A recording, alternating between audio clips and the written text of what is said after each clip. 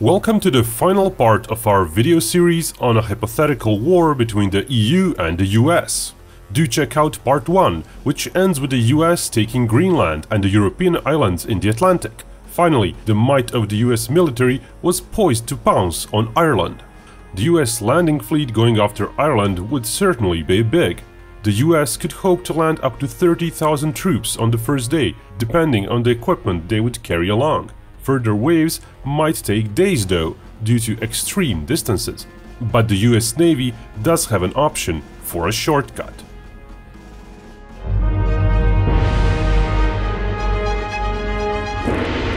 First, a big thanks goes to our sponsor. Maybe you've heard of it. Only 250 million people played it. Raid: Shadow Legends. It's kind of like having a garage full of sports cars, but instead of taking those out for a ride, you collect champions and take them to battle. Fancy warriors, wizards, rangers, easy on the eyes, all in sparkling full battle gear. Raid is free to play and playable on mobile devices and desktop computers. Equipping a party of champions to bust some giants in 5 minutes is often the quick tactical fix I need. You'll need to put some serious thought into managing your champions in a battle if you want to survive the big bosses.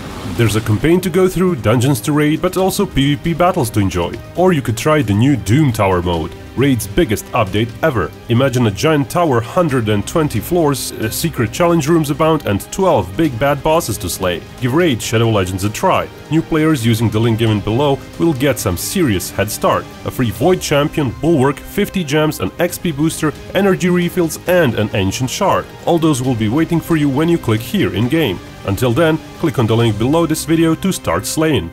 Playing. Getting back to our video. Part of the mentioned landing fleet could try shorter turnarounds using the transfer dock ships. Those would enable transfer of vehicles between large ro-ro ships to the assault ships. Transfer dock ships would help to an extent. Still, those are very vulnerable on their own, so they too would likely be kept hundreds of miles away, and the Atlantic Ocean might make transfer between ships very problematic. Actually taking and holding a functioning port in Ireland would be next to impossible so early in the landing operation, so loading various ro-ro cargo ships directly in ports would not happen. Airborne assaults would help too, but those troops are even more lightly equipped than the Marines. It is unlikely that the US would be able to land and keep landing enough troops anywhere on Ireland to withstand the EU's counterattack. Complete surprise would be unlikely for the US. Even if the most of the EU's airborne recon units would be neutralized by the US beforehand, Ireland does have several hills positioned nicely to aid in visual spotting if all else fails. Line of sight range from those is some 60 miles. The Republic of Ireland is also quite compact. To centrally positioned response forces, most of Ireland would only be 100 or so miles away. If the EU would house some 350,000 ground troops in Ireland, that could, for example, mean 2 response forces of 100,000 each and 150,000 more dispersed in various locations along the coast. Most likely a disproportionately large force would be housed in the County Donegal, up north. The US might very well try to land somewhere close in an attempt to use the very narrow battlefield near the border with the UK's Northern Ireland so it secures a large part of land for further landings. Could the EU afford to house so many troops in Ireland alone?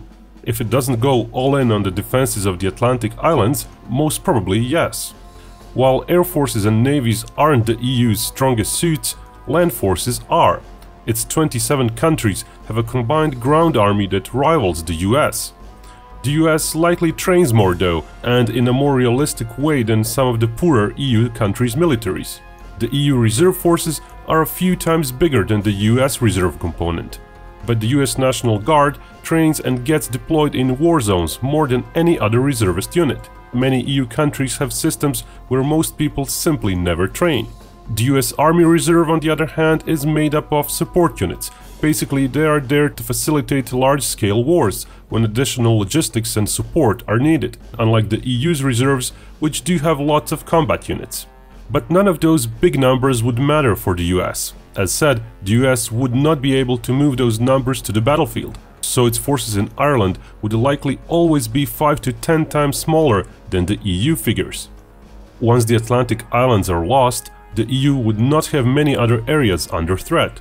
The US could try to land in Portugal or Spain, for example, but its long-term prospects there would be worse than in Ireland. The EU could more easily focus and amass its forces, not cut off by the sea. Even though during the initial few days the US might fare better than in Ireland, as the EU would need time to focus its reaction force on a larger battlefield. And it's not just the overall numbers or training that would be the issue for the US. The landed Marines or airborne troops would have light equipment with them, not many artillery pieces, not many tanks. The EU, however, might rush to those shores with tenfold more heavy equipment. It has to be said that a fair share of EU equipment is somewhat old, so direct comparison is hard. That goes not just for tanks, but other vehicles and artillery. Helicopters would also be massively used by the EU for added firepower. Not requiring runways, they would be harder to neutralize on the ground. And US air defenses over the coastline would likely be suppressed. US fighter cover would be sporadic, due to the extreme distances involved. So the numbers shown are a nominal tally only. In reality, the US would be hard-pressed to operate more than 100-ish Cobra helicopters from US Navy ships, with precious ship deck space better used for ferrying goods and troops to the beachhead. Drones might even be available in greater numbers to the US than attack helicopters, due to their ranges. But in combat missions over such well-defended areas, they would fare poorly, as they are not equipped to deal with air defenses. Attack helicopters would endanger vehicles on shore or approaching the Irish coastline. A Hellfire-class missile would be dangerous even to various landing craft. ATGMs could threaten pretty much any vehicle, and by their nature they're quite hard to find when operated by a small soldier squad. The EU likely has scores of such missiles. Counting just the self-propelled launch platforms, the missile threat to unloaded US vehicles would be quite grave. The list does not include infantry fighting vehicles which can also carry ATGMs, like Spike missiles. Coastal anti-ship batteries and other helicopters carrying anti-ship missiles would likely keep making appearances. The EU would try to maintain a supply line to Ireland via commercial ships, sailing from France and possibly Denmark to ports in the Irish Sea. EU transport helicopters and cargo planes would also fly regularly, bringing in fresh supplies and troops. As the US would not have air control over Ireland, those would only occasionally be shot down, but more often than not, they would get through, especially when flying low. As mentioned, a fleet can't be out to sea indefinitely. For a half-a-year period or longer, the US would at best be able to upkeep 30% of its fleet on station, so far away from its mainland, with the remaining ships either undergoing maintenance or being in transit. The EU's fleet would also require maintenance, but it would not have to be deployed all the time, so it could afford to amass huge attack waves once every several weeks or so, which means less time spent in maintenance for ships. And with less transit time, overall availability of the EU fleet might be double the US figure. Continuous air cover for the US fleet would also be quite problematic. It's one thing to perform attack waves long way from home, like on the big known targets in the Azores or in Ireland. The US would choose the time of the attack, amass a force, and send it once per day or so. The actual time those planes would spend over the battlefield would likely be less than an hour per day. When trying to use planes for protection, denying the EU their fighter strikes, the US would have to have its own fighter interceptors handy 24/7. Even carrier-borne planes may not be able to afford being put on the deck and waiting to take off for interceptions. To protect those landing ships and those ships trying to block the route to Ireland, the carriers would not be able to stay hundreds of miles away if they are to react in a timely fashion. So they would either have to be very close and thus risk getting attacked, or they would have to keep planes in the air over the battlefield area 24/7. If they do that, it means for every plane in the area on patrol, a few more planes would be unavailable while on rotation. And the ratio of unavailable planes would skyrocket if the US tried to do the same with ground-based planes from the conquered Azores or Greenland bases. Given the finite land area in the Azores and basically non-existent Greenland infrastructure, the US would not be able to house 1,200 fighters in said areas just to be able to have 200 fighters on constant air patrol near France. Adding a few hundred more carrier-borne planes would help, but that force would still be very hard-pressed to fight potentially much bigger attack waves from the EU air forces. For the air campaign, and especially for upkeep of a patrol over a battlefield area, situational awareness would be crucial, and the EU might have an edge there. The US would be limited to its aircraft projecting power from afar. Being on home turf, the EU would have both aerial radar platforms and numerous ground-based radars, as well as some ship-based ones in certain situations where those high-in-demand ships aren't needed elsewhere. Given that the US would need several aircraft for only one to be on rotation, and given that the carriers and other areas would need to be defended, the US would likely not have more than a dozen AWACS-type planes around Ireland at any given time.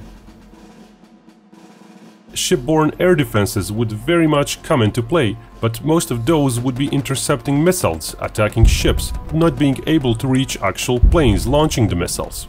The US Navy is, however, very much designed around an air defense destroyer fleet. Literally all but 2 of their capital ships have long-range air defenses. The best weapon the US fleet would have there is by far the triad of its airborne radar sensors, the Aegis-equipped ships, and the SM-6 long-range air defense missile. The missile's reach is considerable, though against fast tactical targets it's likely to be at the lower end of the shown range. The upper range figure advertised is likely against ground or sea targets. The good thing about it is that, unlike the SM-2 missiles, it can partially engage targets on its own, without the constant need for Aegis's radars, meaning planes flying under the ship's radar horizon could also be engaged. The issue for the US, though, would be the missile's availability. The figure shown may seem high enough, but ships can't reload those missiles at sea. They have to return to a port, which means that in practice, the US would have roughly half the shown number in the battle theater at any one time.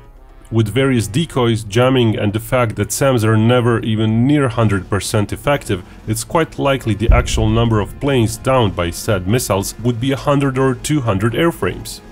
The air and sea battle near the beachhead would be that of unimaginable chaos. Dozens of ships destroyed on both sides, the EU launching anti-ship missiles from the coast, submarines, fast attack craft, and low-flying aircraft. The US would have some advantage in stealth planes, but not much, as most of those are ground-based planes, which would be hard-pressed to be on patrol often. Neither side would really be able to amass enough planes to wipe out the other side's fighters in decisive battles. Most of the time, the US would lack numbers in stealth planes, and when the US would amass enough, the EU would avoid the confrontation. Likewise, when the EU would amass their fleets, the US would avoid direct battles as well. Getting back to the naval fleet's air defenses, the EU's are visibly worse, so they would likely keep their fleet back and use hit-and-run tactics. Perhaps more important in the whole war would be the EU land-based air defenses, which are quite varied. Again, a hodgepodge of old Cold War SAMs of almost no usefulness and modern capable systems. The EU would likely not risk many of those on defenses of the Azores and Canaries and save them for the defense of Ireland and Europe proper.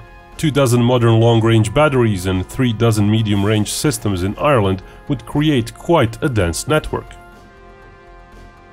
Ultimately, it would all mean that the US air support to its troops on the beachhead would be very sporadic and quantitatively well below what the US is used to and what its doctrine is designed around. Those troops would sooner or later get surrounded and suffocated, forced to surrender after heavy losses. At the very best, if the US manages to greatly surprise the EU, and if the EU reacts slowly and incoherently, the US might be able to keep part of Ireland occupied and supplied, such as the Donegal region, as it's very easy to defend once it's all under US control. Still, even that would likely call for the sacrifice of over 1,000 combat planes and dozens of US capital combat ships, submarines, and some carriers. The US would be spent by then, and the small and nearby Donegal region would be under constant barrage, unable to house further aircraft. It's possible the front might stagnate, becoming unmovable for months and months. The US would lack ships to go on and support further landings or supply a huge push outside Donegal. The EU would lack both the ships and aircraft to sever the US supply line. And even a multi-fold advantage in numbers and heavy firepower for the EU would not be effective in such a tiny space, as only a finite tiny number of troops could fit there. The one area where the US might experience some big additional losses is if the scenario does assume absolutely zero preparation for war. In that case, the many US bases in EU countries would find themselves quickly isolated and surrounded, with no real chance to defend themselves. Most likely the entire contingent of US personnel across the continent would get captured, with the hardware either destroyed in fighting or by the US personnel. Forces in nearby countries might also get blockaded or cut off though, as the rules of the scenario don't allow third-party interference. So those US bases in the UK could not be attacked nor used for an attack. But the US forces in Turkey though might be able to relocate safely. Still, that might mean the US would have some of its forward units' equipment unable to participate in the conflict. Anyway, a truce would be signed once it becomes obvious no side can achieve any further gains. The US would have lost a lot in terms of men and equipment. Losing perhaps half of its naval and air forces would be an immense cost, but at the same time the EU would lose probably even more percentage-wise. And more importantly for the US, it would be in possession of many new territories. All those overseas islands and regions would be added to the US, forward bases in the Eastern Atlantic, control of the North Pole via Greenland, and possibly even that little piece of Ireland, an eternal thorn in the eye for the Europeans. Of course, if the EU greatly hesitates in uniting, then even the entire Republic of Ireland might be lost.